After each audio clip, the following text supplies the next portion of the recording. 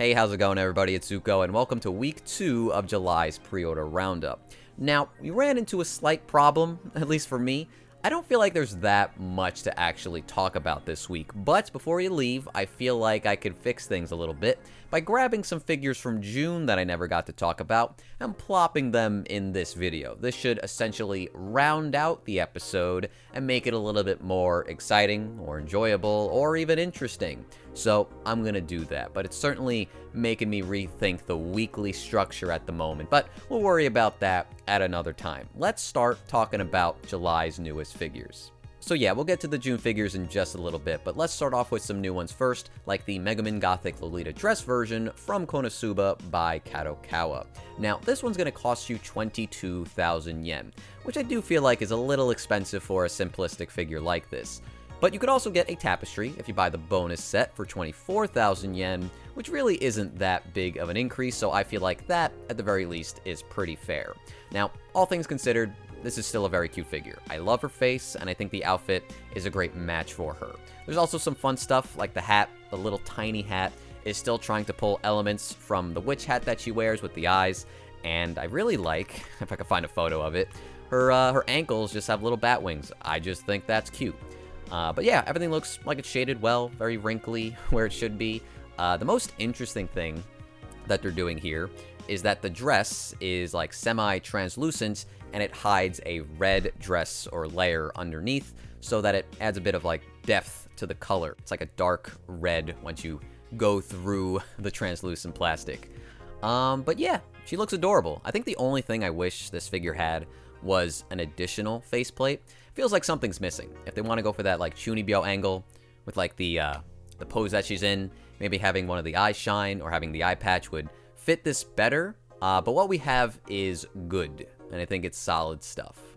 Next up, I'm going to do freeing very quickly because they only had 2 figures, and both aren't probably going to be too exciting for most people. The first one being the Ginkgo Sora Bare Leg Bunny version, which we did see last week. This is going to cost 27,500 yen, which is very reasonable, but that's just because this is a re-release from back in the day when the prices were better. The other girl was the same price. I don't remember if I said that though, but she looks solid, so if you like this character, now you have another option to get it. But the other figure they had this week was very interesting in my opinion. I don't think a lot of people saw this one coming. The Shizuka Misaki Bunny version.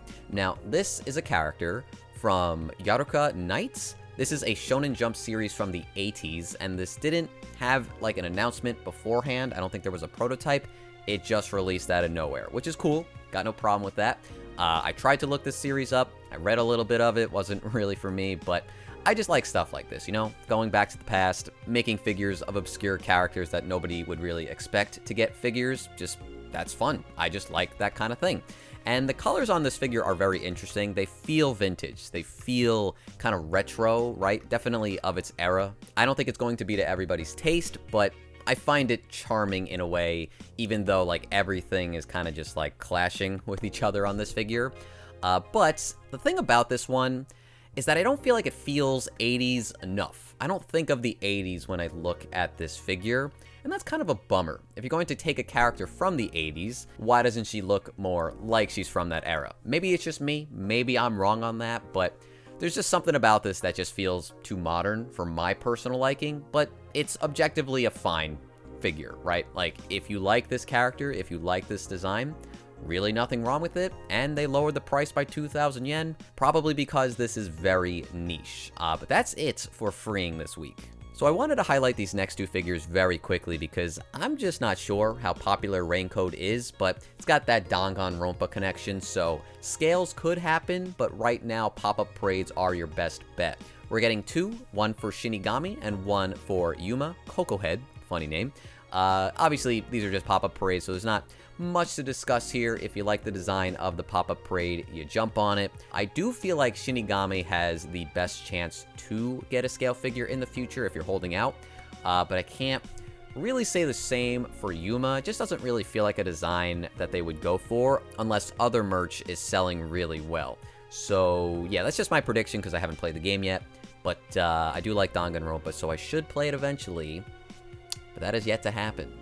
Alright, so this next figure is probably the nicest one we're looking at this week, Shiranui from Animester. It's also the most expensive at 75,000 yen. It is a 1/5 scale, so the price is justified quite a bit in my opinion, but even if you're not a fan of this series, or you don't like that price tag at all, which is very fair, I think it's hard to deny how beautiful this one is. This just looks like a piece of art. Even from the back, this just looks phenomenal to me. Figures like this are so difficult for me to describe because I'm always going to be underselling it if I don't want to just like describe every single component of it, you know what I mean? But there's definitely like a sense of elegant flow. I feel like that's the best way to describe this one. Everything is just in motion, whether it's the outfit, her hair, the paper fans, the effect pieces, right? And there's also this like really cool contrast going on. The blue fan with the red flames and the red fan with the blue water streaks. She's also just like on some crashing waves, like a whirlpool of sorts, which is very cool. And it's also lifting the moon, which looks lit up, but I don't really think this figure has a light up feature. It doesn't say anywhere in the description, so I'm not gonna count that. It's absolutely gorgeous. The warmth of her outfit, right? The orange translucency, love that too. But I gotta say, my favorite part about this figure is surprisingly her face. She's just extremely pretty. I don't know if it's her eyes, I don't know if it's the markings or the lipstick, but everything's just coming together. And I think it gets elevated even further because she's just surrounded by white all around her face. Her hair is white, her kimono top is white, yet her eyes are orange and yellow. Her markings are red, her lips are red, and the hair ornaments are red. So it's just such a good contrast, right, to really highlight her facial features. It's all just so stunning. This entire figure is just like the cream of the crop, and you probably know that. You just look at this figure, you know you're looking at something pretty spectacular. So I'm gonna move on from now, but this is probably the figure of the week. Alright, so let's talk about those June figures next. I have about 7 to talk about, all of them besides one being on the Good Small Company site, which is very convenient, but we'll get to that last one in a minute. First up is the Marin Kitagawa swimsuit version, which I'm sure a lot of you guys are familiar with at this point. This is like the bargain of the year. It's only 14,000 yen, which is so great to see because this is in fact a very simple figure, yet it still captures that essence of Marin that we're all looking for. She looks great, her eyes are amazing, her smile is endearing, right? She's got the gradient at the tips of her hair, like that's all you really need if you're gonna throw her into a swimsuit, so why should it cost that much money?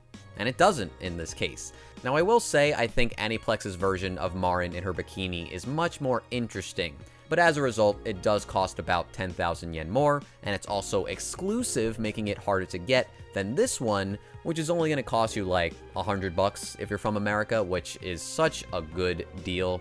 Like in this hobby, it's so rare for a figure to cost under 15,000 yen, unless it's like specifically a budget figure, you know what I mean?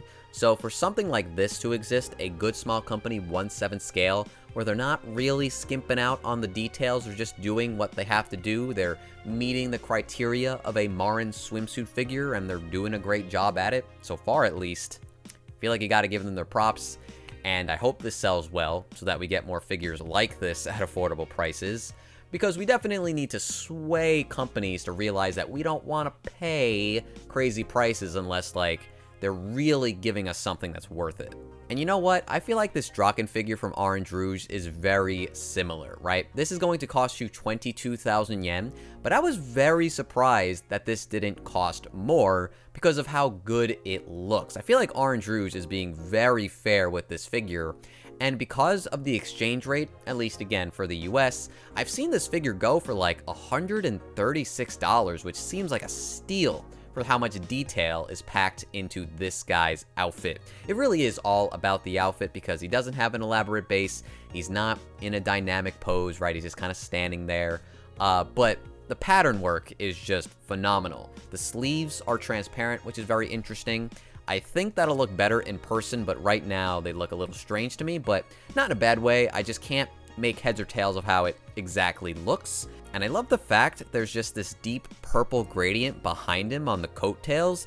I didn't even notice that the first time I saw this figure, I think, but love that color behind him. Yeah, man, I think they're doing great stuff with the Tokyo Revengers line. As someone who's not like super into the series, I don't really watch it or read it, I would probably say these are the best two figures, him and Mikey, on the market right now. Mikey costs 27,000 yen, but I feel like that's fair. There's way more colors involved, his outfit's a bit more intricate, and his base is a staircase instead of just like a street with like nothing on it besides like the texturing. Yeah, phenomenal stuff. I think this guy looks super good. In June, we also got the Seal 7th Holy Scripture, Third Cause of Death Blade figure from Tsukihime by Good Smile Company. This one's going to cost you about 29,000 yen, which again, I feel like is a pretty fair price for what this figure is. It's enormous. It's the size of a fucking house. The blade, if you could even call it a blade at this point, has the height to it, but also the detail that you would expect, right? It's worn down, it's chipped away, it's got all these cracks in it, the silver paint looks excellent. It's just amazing, right? For a weapon this big, it needs to stand out and it needs to look as polished as it can, considering it's a worn out blade, but you know what I mean, right? They've done a good job here.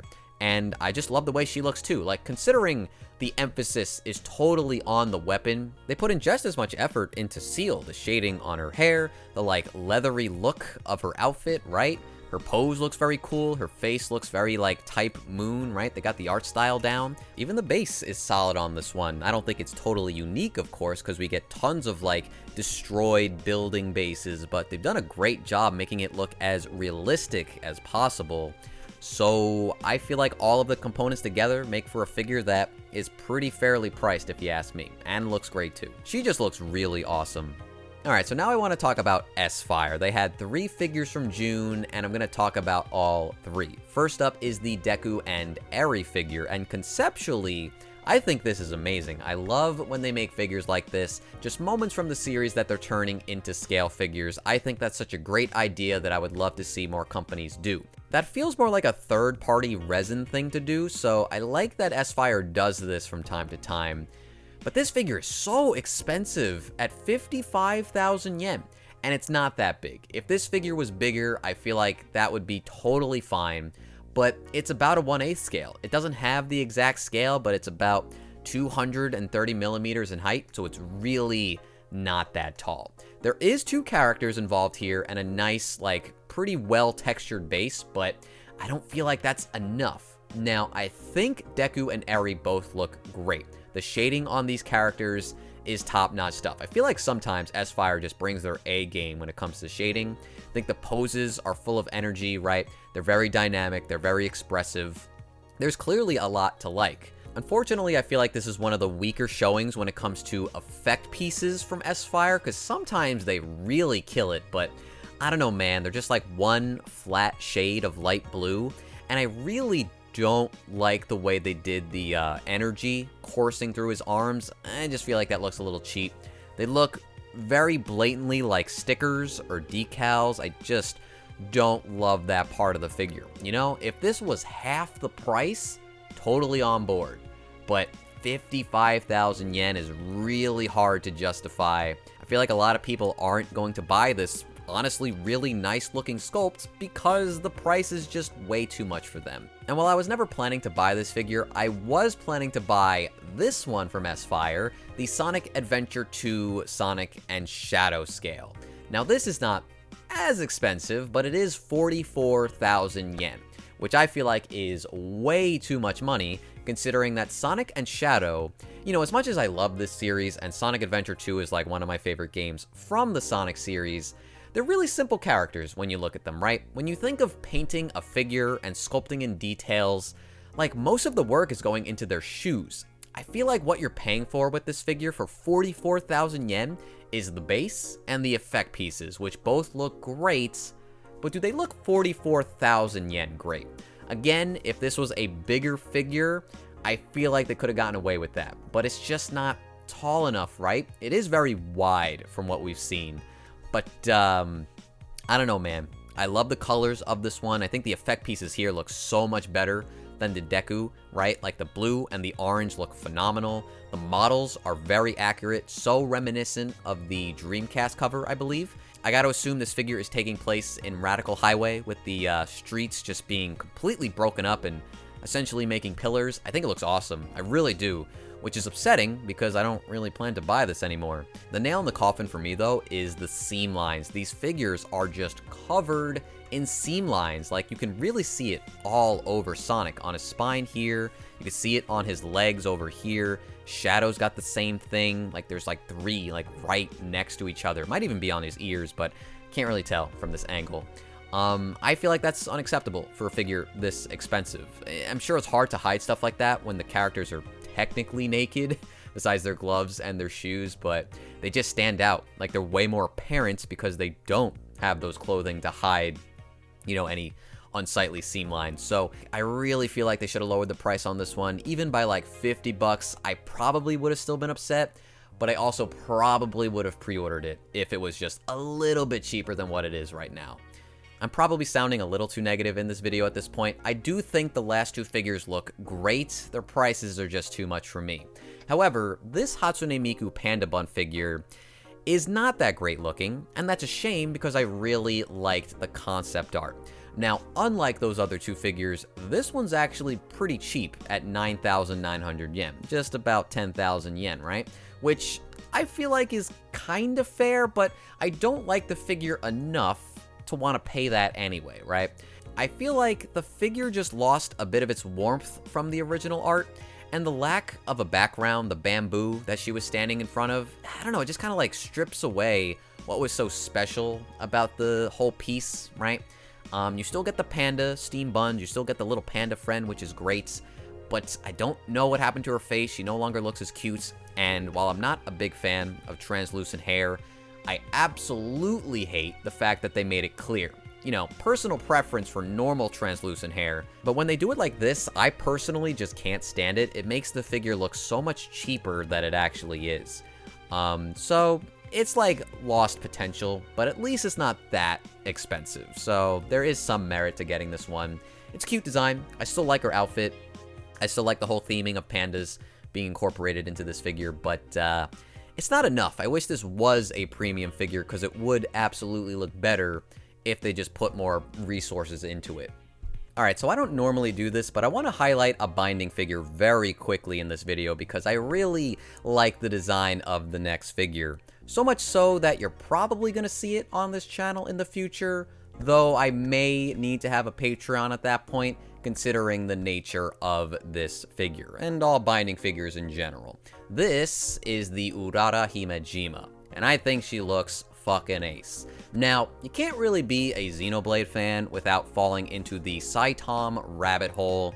The guy's just got too much influence. Like, I always thought he was a great artist, but I just feel like nowadays I have a newfound appreciation for him. But to go back to the figure, I really like this outfit and the colors. The jacket, the boots, the fishnets on the top, the fact that she's playing with the string of the suit, right? The face mask is very cool, her eyes are beautiful. And I won't deny the fact that she is extremely busty. Of course, very curvy character. She's gonna cost you a lot. She's about 40,000 yen, but I feel like that's completely fair for a figure of this quality, and she's a 1/4 scale, so she's very big as well. You can also take off the face mask if you don't like it, but I can't show you that because the only photos with the mask off also has the top off, so forgive me for that. But yeah, that's going to do it for our one binding figure of the week, and probably the month, if I'm being honest. But yeah, love it. So, it's been a few hours since that last figure. I had to step out of the house for a little bit, and now I'm tired. And I don't remember what we just talked about. I think we made it to the Ami Ami section, and hopefully that's right. So let's wrap this video up with a couple more figures. First up, we have some Kotobukiya scales. First one being the new Rei Ayanami Affectionate Gaze figure, 1/6 scale, 18,000 yen. This is another long-haired Rei, which is nice to see them trickling out more and more as the days go. Another figure with the doll potato baby thing, which I'm not a big fan of, but it certainly makes for a more unique sculpt, and I think that is a plus at the end of the day. I think this looks fairly nice for the price that they're asking for. Hair sculpt looks good. I like the cloth just being placed around the rock. That's kind of neat. And her face, you know, I didn't realize her eyes were like slightly open. I thought they were completely closed the first time I saw this figure. But I think it makes sense as she's just like very caringly, gently staring down at the baby as she's taking care of it. It's not the only figure with the doll. There is the Good Smile Company one coming out, but they do feel pretty different. I kind of like the setup of this one more. I'm not sure if the quality will be as good, but as like a concept, just as like a sculpt, I feel like this one is selling the idea to me a little bit better. Their other new figure this week was the Muichiro Tokito from Demon Slayer. This one's going to cost you 14,000 yen. I think it's a pretty standard by-the-books Demon Slayer figure, but we don't have too many of Muichiro, so it's nice that we're getting another one. I do like his hair sculpt. I do like the way they painted the tips. Feels very accurate to the art style. And the pose is nice. Character doesn't have too much color to him besides the hair, so I feel like some of this figure kind of blends together in like a not so flattering way, but I'm sure if you look at it from other angles, it starts to look better, you know what I mean? Yeah, it's a fine figure. There's nothing wrong with this, and it's very cheap too. It does come with a bonus faceplate though, if you go to the Kotobukiya store, and I think this one, I don't know if I could say it's better. I do like it more, but I think this is one of those faceplates where it has enough significance to the series and the character where you would kind of want both of them, you know what I mean? Like, I'm trying to not talk about it too much, I guess. Not that spoilers matter too much for this, but there's just two different, like, styles, forms, whatever you want to call it, right? He's got the face marks, his eyes are starting to come alive a little bit. So, yeah, I'm a little bummed out that you don't get that one by default or with the figure. But other than that, it's fine. Maybe if he had some, like, mist water effects or something, that would make him look a little bit more interesting, but the price is so cheap that it's hard to really, like, complain about anything, right? They also had a couple of re-releases. Iroha Ishiki from Snafu, 11,000 yen, very cheap figure. And then the Shiro, which I think a lot of people are familiar with, because I know this one has been re-released before, and it's a very popular figure. I mean, these days, this character's figures are, like, in the 30,000s, so it's nice that you could still get one for about 12,000, and it still holds up to this day. I think Union Creative also re-released their CC figure, 16,000 yen. I don't have much experience with this one, but you got another option now if you missed out previously. Tea Time Cats Cow Cats is available to pre-order from Rebos, 8,460 yen. Very cheap, but this is a smaller figure.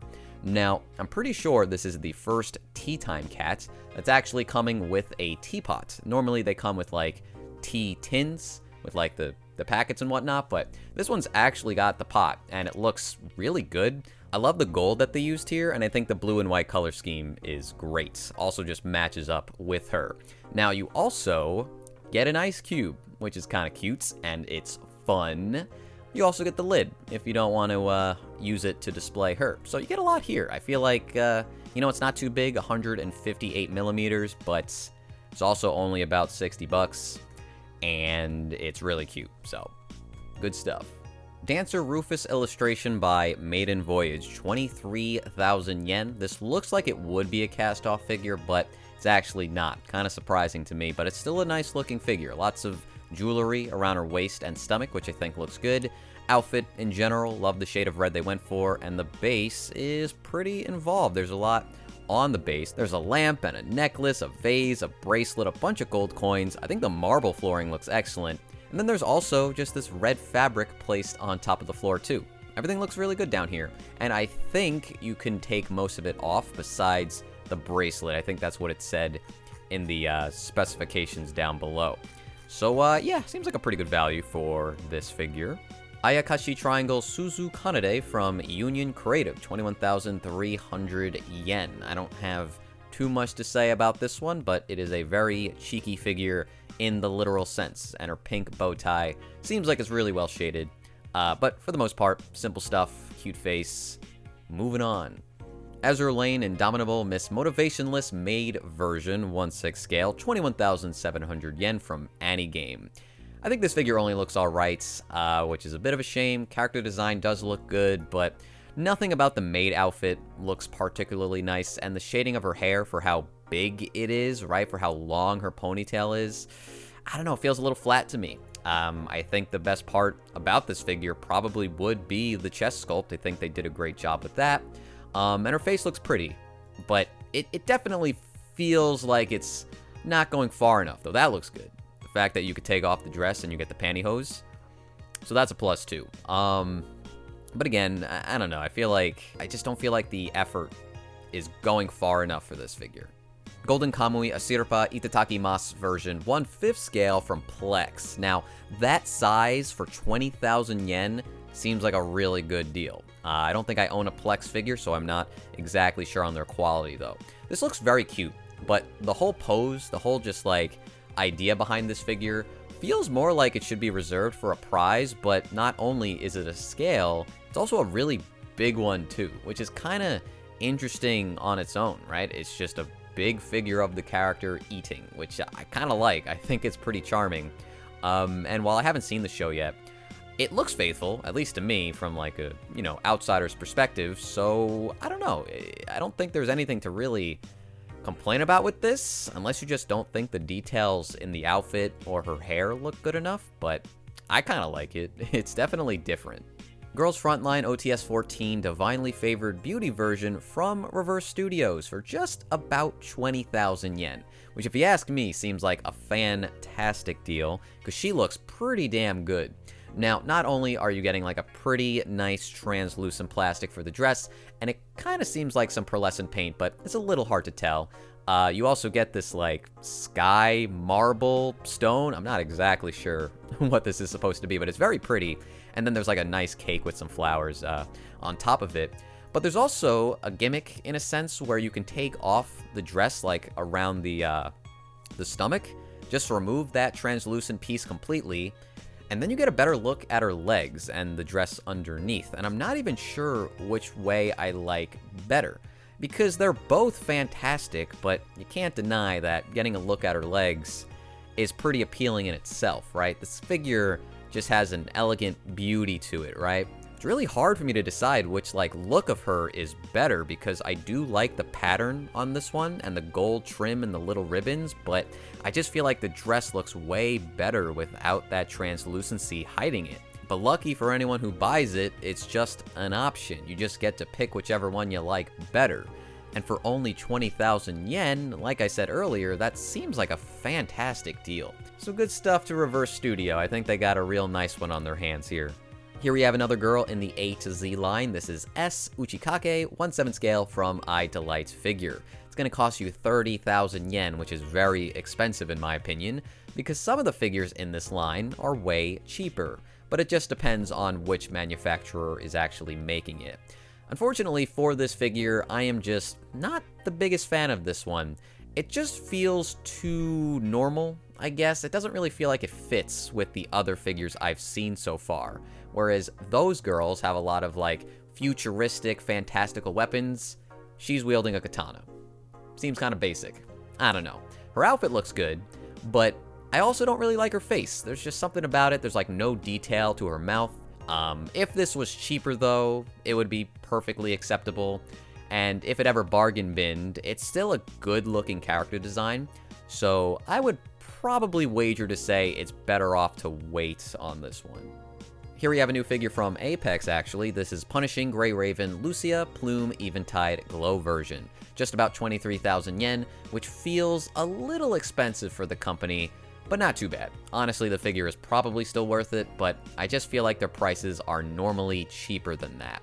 Very pretty figure though. I especially like the colors on this one. The fact that her hair is kind of two-tone, it's brown and red, which is just very appealing to me. Has this like one with nature thing because of the bird resting on her fingers. The fact that she's like stepping onto the pond and it's like rippling very gently. Yeah, she looks great. Love the shading on this one. Just again, love the vibrancy of the red used all throughout the figure. Little bits of like pink for the translucent parts, and the gold looks excellent. Her overall outfit in general just has this like really unique vibe too. These giant tassels and the ornaments in her hair look really pretty. Lots of stuff that I technically don't understand at all, but I do know that I find it very pretty, so I like this figure quite a bit. And then there's this. This is the super high quality Special Supreme figure Me and Roboco from Mega House. 8,300 yen, which is very cheap, but this figure's about 5 or 6 inches tall, so keep that in mind. Now, when I first saw this figure, it was really reminding me of something, but I just couldn't put my finger on it until I realized that this is just the Gojo pose. Like, literally the exact same thing, which is very funny. I like this figure more for doing that. Except this time, Roboco has, like, Family Mart chicken and is reaching for some tissues. I don't know this character. I know nothing about them. I see them all the time, but I've never bothered to learn any more than that. The muscle definition is fantastic, though. Like, you can't knock this figure for that. So I'm going to chalk this up as a good figure, and a very cheap one at that. But man, why did they do the Gojo pose? I don't get it, but I like it. Anyway, let's jump over to the Nendoroids now. There really aren't that many, unfortunately, so this is going to be very quick with one Figma at the end. First one up is Shogo Makishima from Psycho Pass, which is probably like the highlight of the Nendoroids this week, just because this guy does not have many figures, if any, and it's nice that they finally made one for him. Now, his accessories are pretty basic. He gets a book and a razor blade.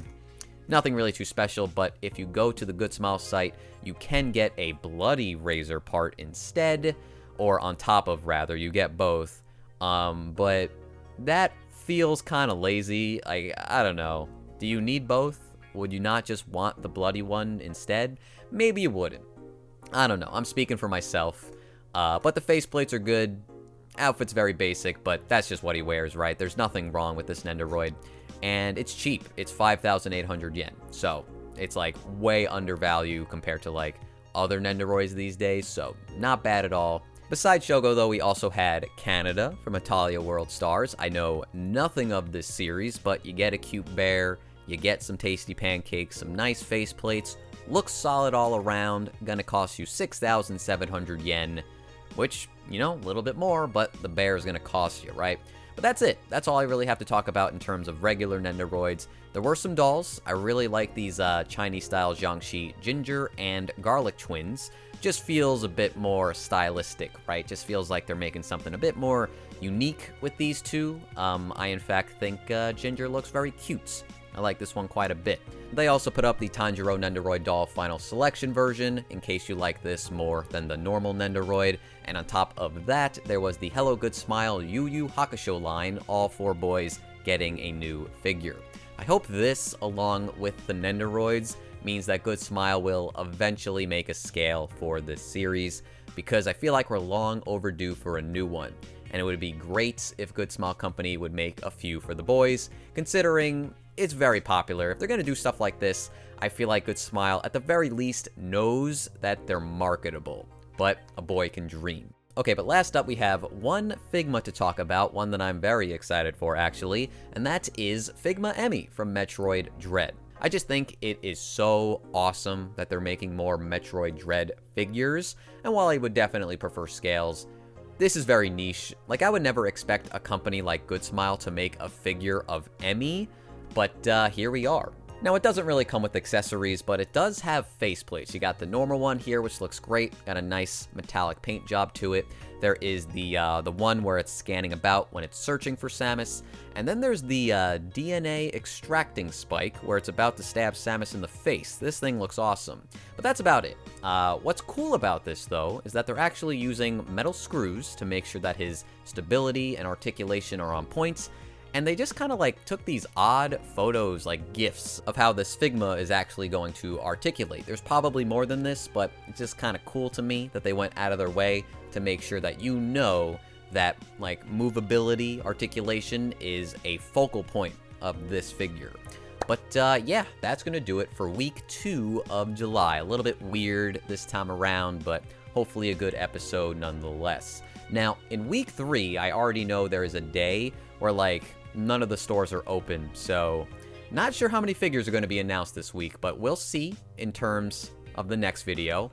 And then after that, we're going to have one fest and one hobby, so expect a delay somewhere in this series because that's going to take priority. But until next time, thanks for watching. If you want to support the channel, subscribe, like, leave me a comment, maybe use an affiliate link if you want to buy something, and that's it. That's all you can do right now. But anyway, I'll see you guys around. Thanks again for watching, and I hope you have a good rest of your day. Later.